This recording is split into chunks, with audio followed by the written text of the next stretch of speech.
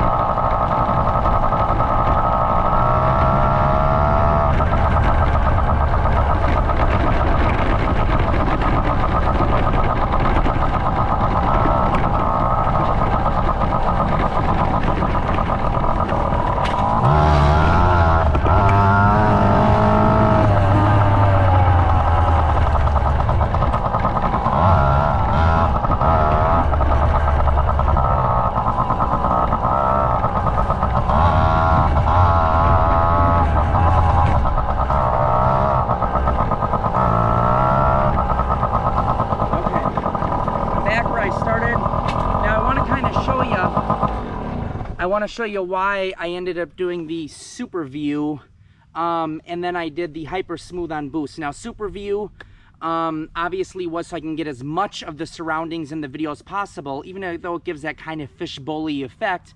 But I also did boost because it slightly crops it, but I'll show you why I did boost. Because with where I have it mounted at, I actually have it mounted right here on the fender, and it just bounces like crazy when I'm going over all these bumps. So I'll definitely be able to check out how this video turned out, and hope you guys enjoyed the video.